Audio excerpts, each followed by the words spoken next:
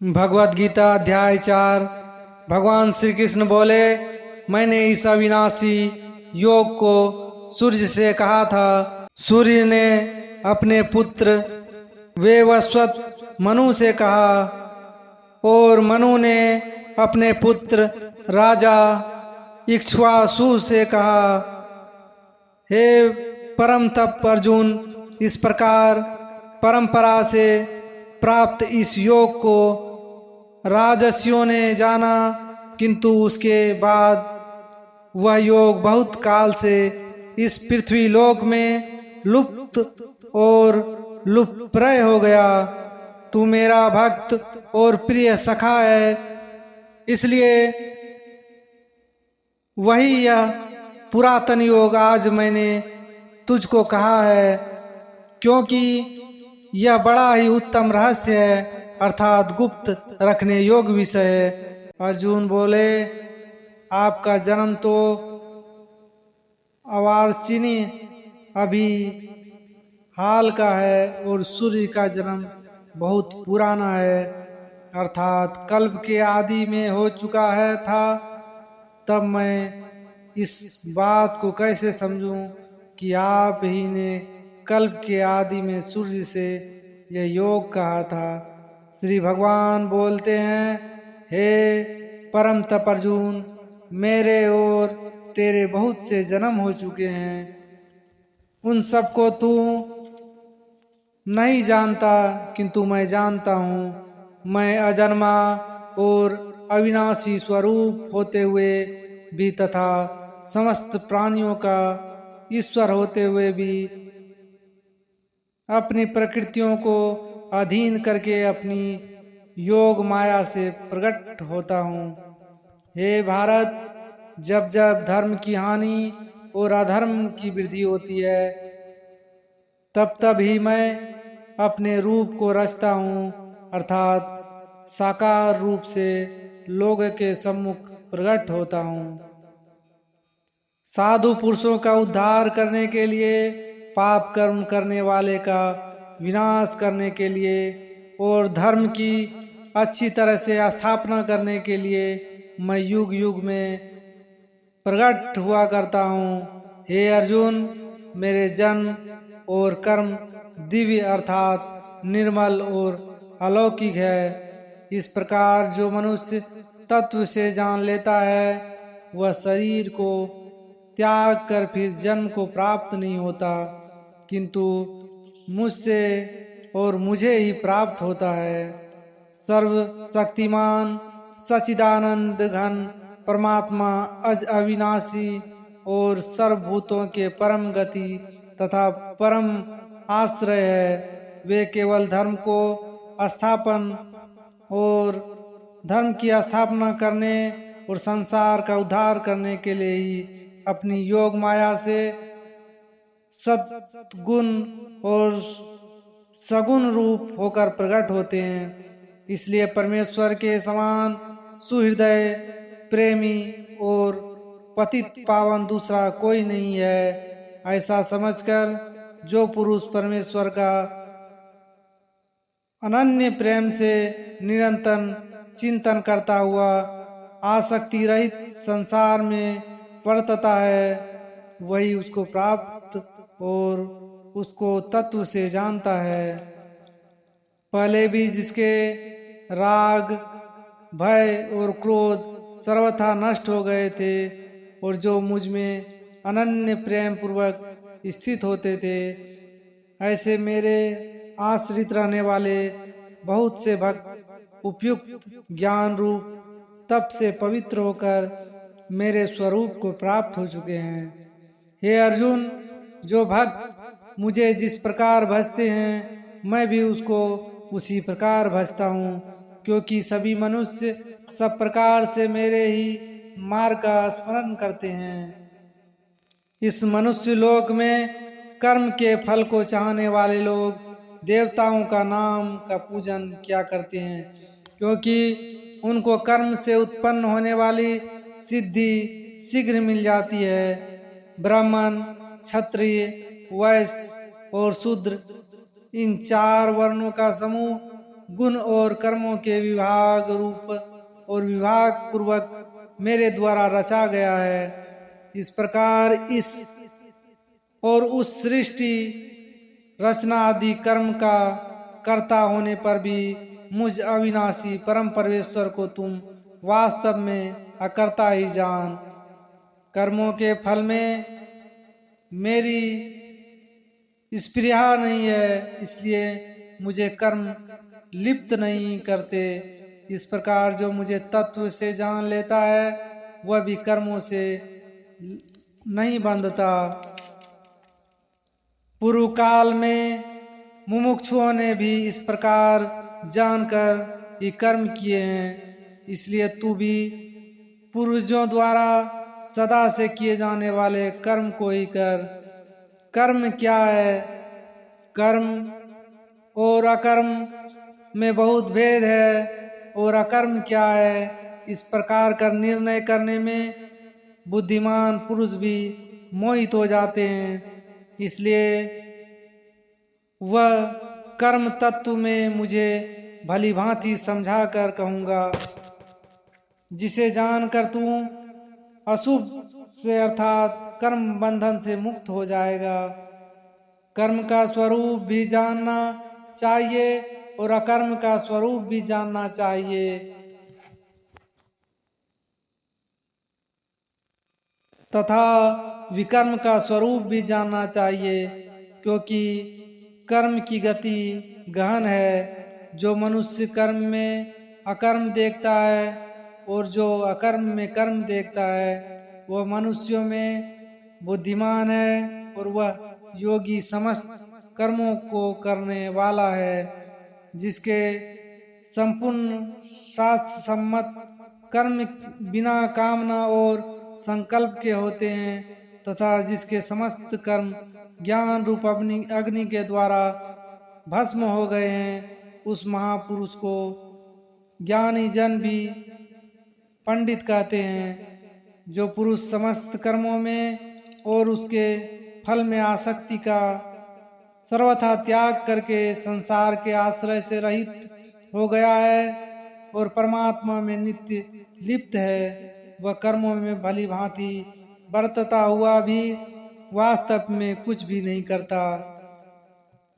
जिसका अंतःकरण और इंद्रियों के सहित शरीर जीता हुआ है और जिसने समस्त भोगों की सामग्री का त्याग कर दिया है, ऐसा आशा रहित पुरुष केवल शरीर संबंधी कर्म करता हुआ भी पापों को नहीं प्राप्त होता। जो बिना इच्छा के अपने आप प्राप्त हुए पदार्थ में सदा संतुष्ट रहता है, जिसने ईर्ष्या का सर्वथा अभाव हो गया है, जो हर्ष शौक आदि द्वंद्वों से सर्वथा अतीत हो गया है, ऐसा सिद्धि और असिद्धि में सम रहने वाला कर्मयोगी कर्म करता हुआ भी उनसे नहीं बांधता।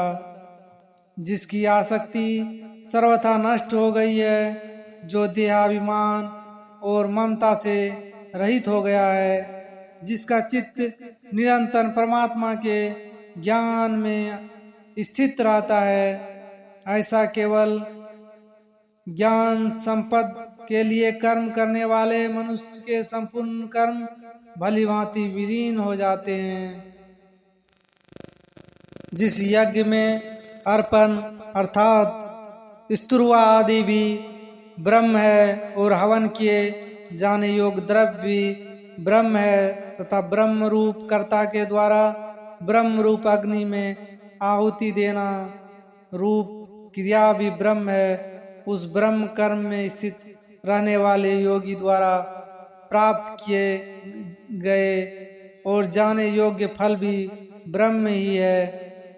दूसरे योगीजन देवताओं के पूजन रूप यज्ञ का भी भली भांति अनुष्ठान किया करते हैं और अन्य योगीजन पर ब्रह्म परमात्मा स्वरूप अग्नि में अभेद दर्शन रूप यज्ञ के द्वारा ही आत्मा रूप यज्ञ का हवन क्या करते हैं।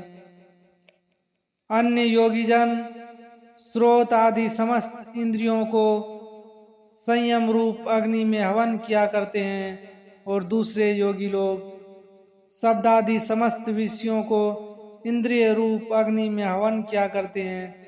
दूसरे योगी जन इंद्रियों की संपूर्ण क्रियाओं को और प्राणों की समस्त क्रियाओं को ज्ञान से प्रकाशित आत्म संयम योग रूप अग्नि में हवन किया करते हैं। परब्रह्म परमात्मा में ज्ञान द्वारा एक ही भाव से स्थित होना ही ब्रह्म रूप अग्नि में यज्ञ के द्वारा यज्ञ को हवन करना है।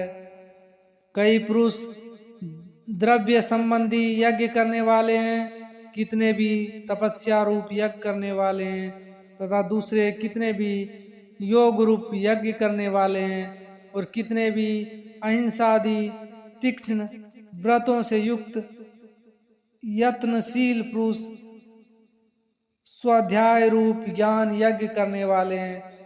दूसरे कितने भी योगी जन अपान वायु में प्राण वायु को हवन करते हैं, वैसे ही अन्य योगी जन प्राण वायु में अपान वायु को हवन करते हैं तथा अन्य कितने भी नियमित आहार करने वाले प्राणायाम परायण पुरुष प्राण और अपान की गति को रोककर प्राणों को प्राणों में ही हवन किया करते हैं।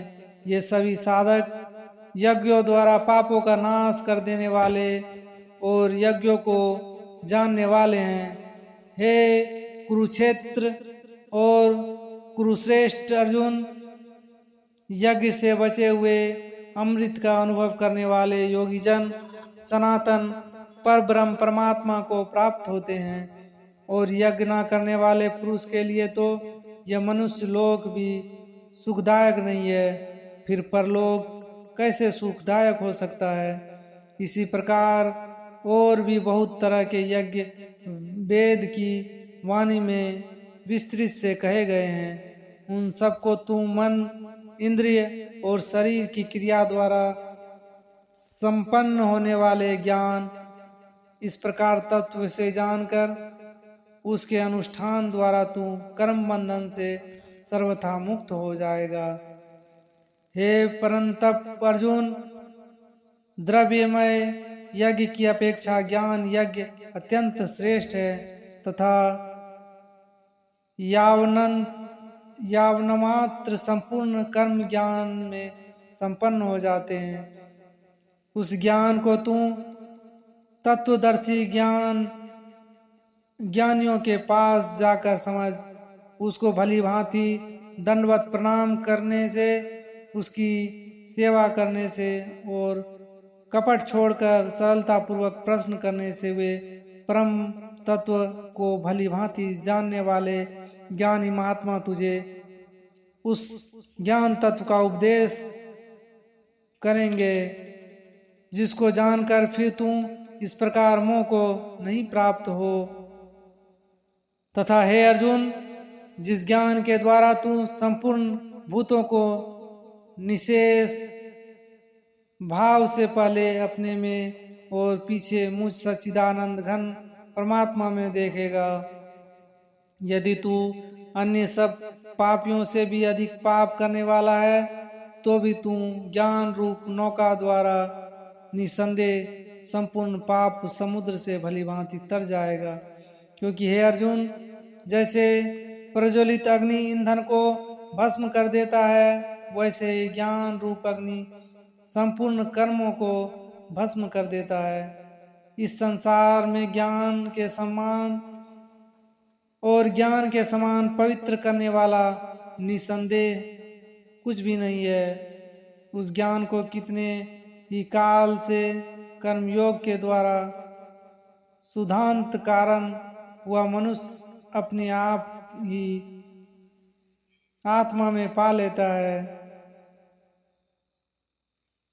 जितेंद्रिय साधन परायण और श्रद्धावान मनुष्य ज्ञान को प्राप्त होता है तथा ज्ञान को प्राप्त होकर वह बिना विलंब के तत्काल ही भगवत प्राप्ति रूप परम शांति को प्राप्त हो जाता है।